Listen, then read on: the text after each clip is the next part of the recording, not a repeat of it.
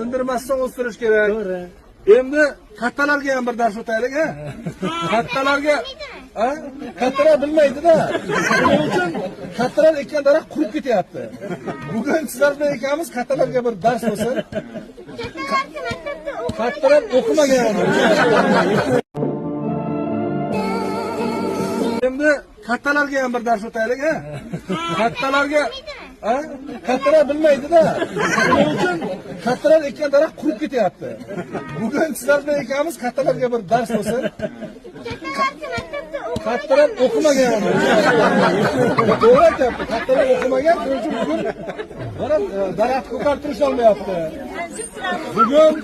Bugun mamlakatimiz bo'ylab bilasizlar, hamma daraxt ekishga mavsum boshlangan. 5 yildan beri daraxt ekamiz.